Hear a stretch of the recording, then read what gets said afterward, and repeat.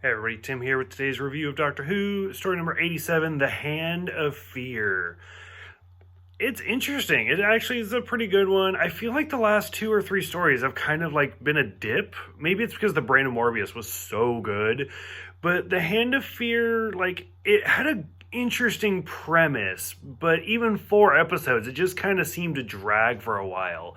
So, really quick, they find a hand. It's once radiation starts leaking around them, it starts to grow, and as there's more and more radiation, it actually forms into a full regenerated person. It's this woman, Eldrad, whatever. She comes from a planet that was destroyed because, like, blah blah blah, she opened up something for the solar winds, but it was an accident. Who cares? As there's more and more radiation, she actually, as she continues to regenerate, she actually becomes more masculine, and it's almost like Frieza. Like, she just kind of keeps going into these different forms. Finally, the Doctor and Sarah take him now back to his world, to the present, 150 million years or whatever in the future.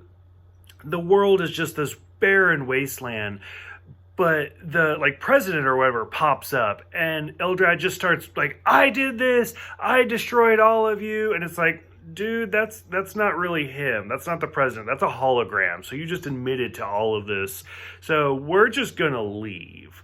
So the Doctor and Sarah take off, and probably, like, to me, to be honest with you, like, the most shocking part of this is Sarah Jane Smith's last episode as a regular. And it's really kind of sad. For most people, Sarah Jane, like, is kind of the companion for Doctor Who. Now, at the time, a lot of people think she's the longest companion, and at the time she is only the second longest. Jamie is the longest companion as far as, like, episode count. But, like, Sarah Jane makes a lot of comebacks. Like, she did her own little spin-off with K9. She finally did get her own spin-off TV show, which of course I'll be doing reviews for, the Sarah Jane Chronicles. She does show up in New Who. Like, she shows up all over the place. And that's what makes her so lovable and so great. I mean, I said in a couple episodes ago, like, Sarah Jane Smith is my best friend.